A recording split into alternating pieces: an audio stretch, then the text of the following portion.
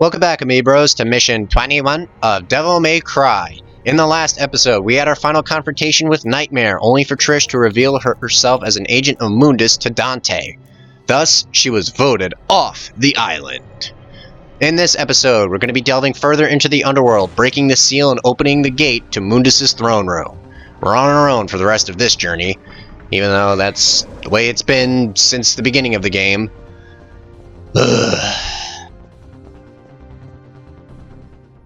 Anyway, now we have our last secret mission, the Hidden Bangle. It's quite different from previous secret missions where we're not looking for a blue orb fragment, but instead a brand new item that comes very late into the game. Not only that, but Secret Mission 12 is also the longest secret mission that we've had so far. That's not to say there isn't a blue orb in this mission. In fact, there's one coming up right now. Thank you, nobody. You unintentionally knocked me into it. And booyah. And it's also a full blue orb, not a blue orb fragment. Meaning that one fragment we collected in Mission 19 is utterly wasted, and I wasted your precious viewing time. You're welcome. But while we search for the bangle, let's discuss the story, finally. Not gonna mince words here, the story is lacking. If it's not information that was stated at the beginning being repeated again, it's major characters that should have a bigger presence in the story being completely absent for a good chunk of it. It took 15 missions for Mundus to show up and share a physical space with Dante, and it took 7 or 8 missions for Trish to show up again after she disappeared in the opening. Hell, Dante and Trish haven't interacted that much throughout the game's events, if at all. When she was revealed to be an agent of Mundus and betrayed Dante in the previous cutscene, I didn't care all that much, which is what I mean when I say, despite the emotions being there, they fall flat for me, because the game didn't give enough of a shit to give Trish and Dante the time to bond throughout. I like the idea of Trish. I mean it. A demon whose identity isn't her own, whose sole purpose is to emotionally manipulate a guy who's the son of a legendary demon that sealed away her boss 2,000 years ago in a war between demons and humanity. It has potential to be really good, but the developers, for whatever reason, never tap into that potential. You never get a scene of what Trish thinks about Dante or what Dante thinks about Trish and how the latter has to come to grips that the former isn't who he thinks she is. Hell, you didn't even need to go that far. Try to incorporate Trish into the gameplay, where if you're backed against the wall and you need help against certain demons or a boss even, Trish can come in and help you. At least then, when she's revealed to be an agent of Mundus, it hits somewhat harder because you thought it was someone that had your back the whole way through and wasn't just a bitch that threw a motorcycle at you, you know? It's a shame too, because later on in the series, Trish never goes past the role of being Dante's sidekick or just straight up exposition. And for being the first lady in Devil May Cry, that's fucking weak. That's really fucking weak. I wanna like Trish, I really, really do. She has a cool design and gimmick with lightning powers, and her interactions with Dante later on are interesting, to give her some credit, but the people behind the series just aren't giving me enough of a reason to care about her. But having said that, she's not as weak as the big bad himself, Mundus. If there's one character in the story whose absence I find completely unjustified, it's the main villain of the fucking game. Now I should point out that Mundus has technically been with us since Mission 1. You know that big statue that greets you when you first enter Malay Castle, and then disappears when you return, only to later reappear when Trish is revealed to be an agent of Mundus? Yeah, Mundus has resided within that statue this entire time. Or is at least implied to have resided within that statue, since the first time we see him, he's 3 red eyeballs. And for me, that's where the cracks for Mundus start to show. He doesn't do enough to warrant his ruler of the underworld status. For most of the game, Mundus is sitting on his ass working on his goal of opening up the door to the underworld to overtake the human world, and only ever shows up when he needs to punish his minions after they can't defeat Dante. Meanwhile, Dante's just fucking about trying to get to Mundus.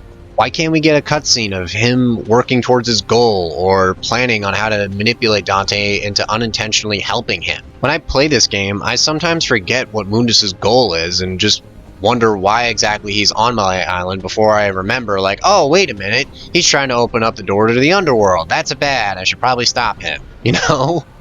He's got a threatening presence to him, what, with the 3 ominous glowing red eyes, his voice, his size, and one other thing that'll get revealed next mission. But to me, it's not enough. There needs to be more with this guy, especially if he's the main villain going up against a protagonist that can do this.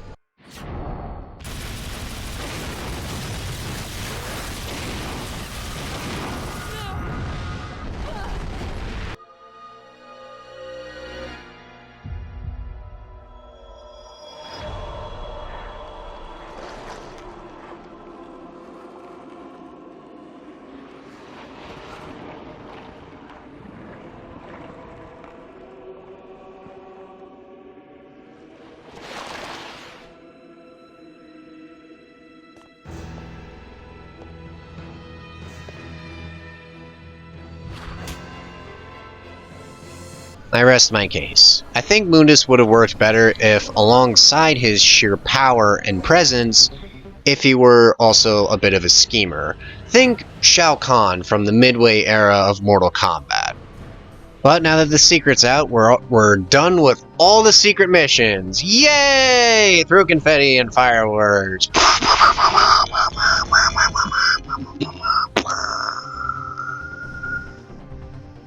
Anyway, Bangle of Time is the definition of wasted potential. I'm starting to notice a theme here.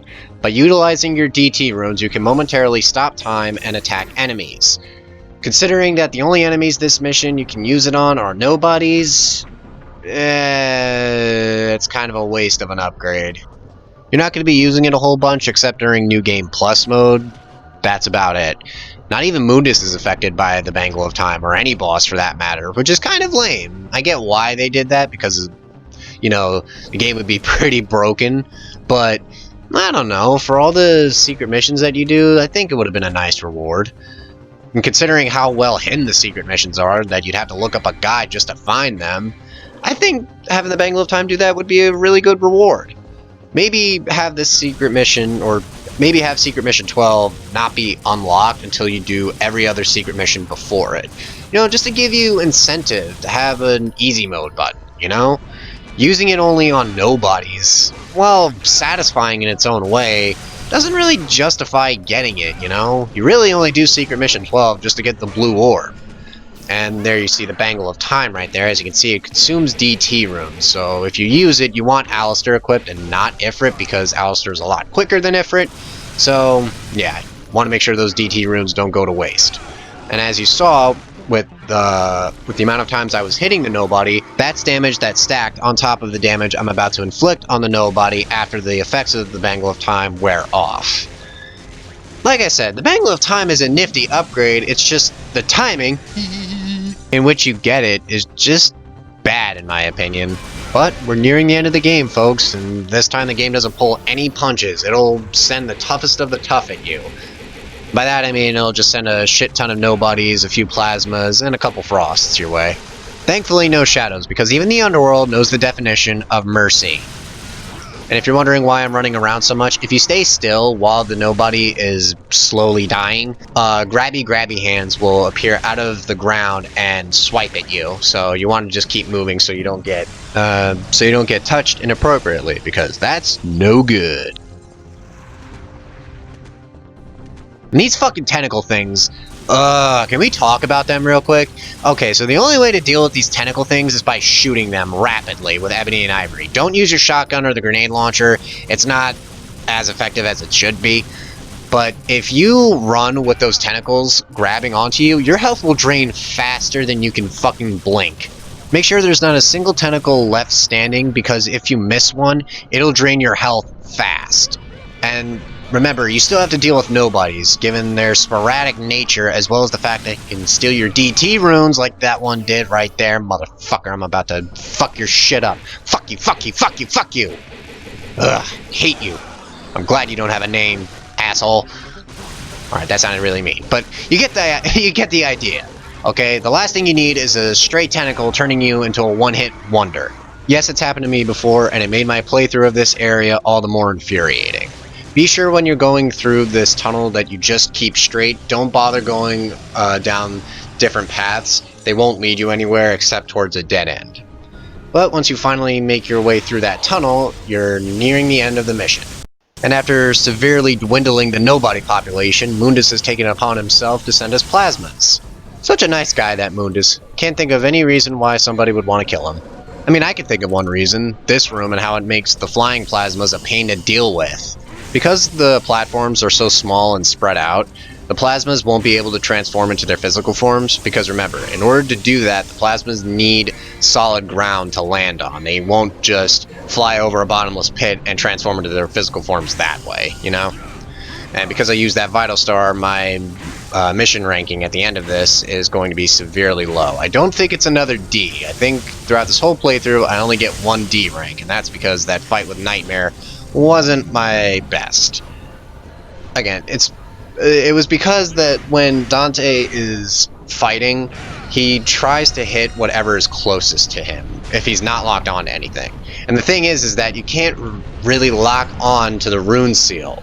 You can only lock on to monsters, and being that Nightmare is the only monster in that arena, yeah, it makes the fight more of a pain than it is. Also, don't be afraid to fall in the lava. As you just saw, the lava only dwindles your health, it doesn't instant kill you.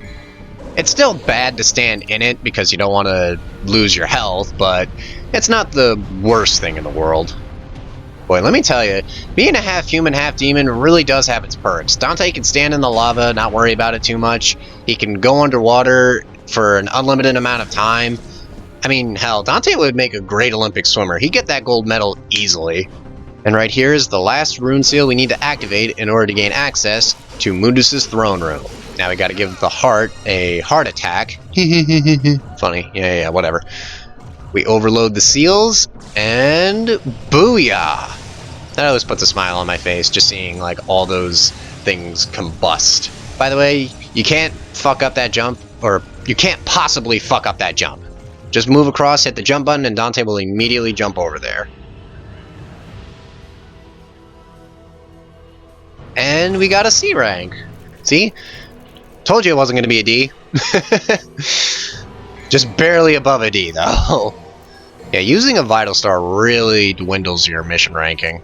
But that'll be all for today, Amiibros. Next time on Devil May Cry, we go face to face with the ruler of the underworld. See you guys then.